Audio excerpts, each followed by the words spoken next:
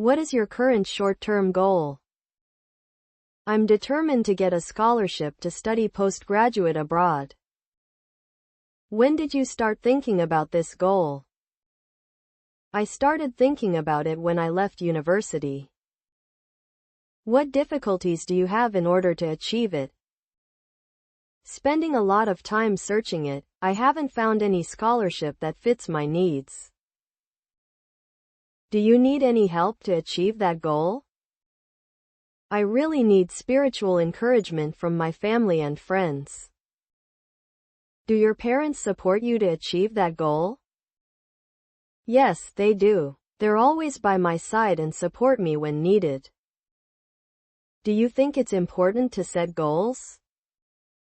Sure. We all need to have some goals to drive ourselves towards them. Setting goals is a necessary step to do in order to succeed in doing something. What are the important qualities to achieve goals?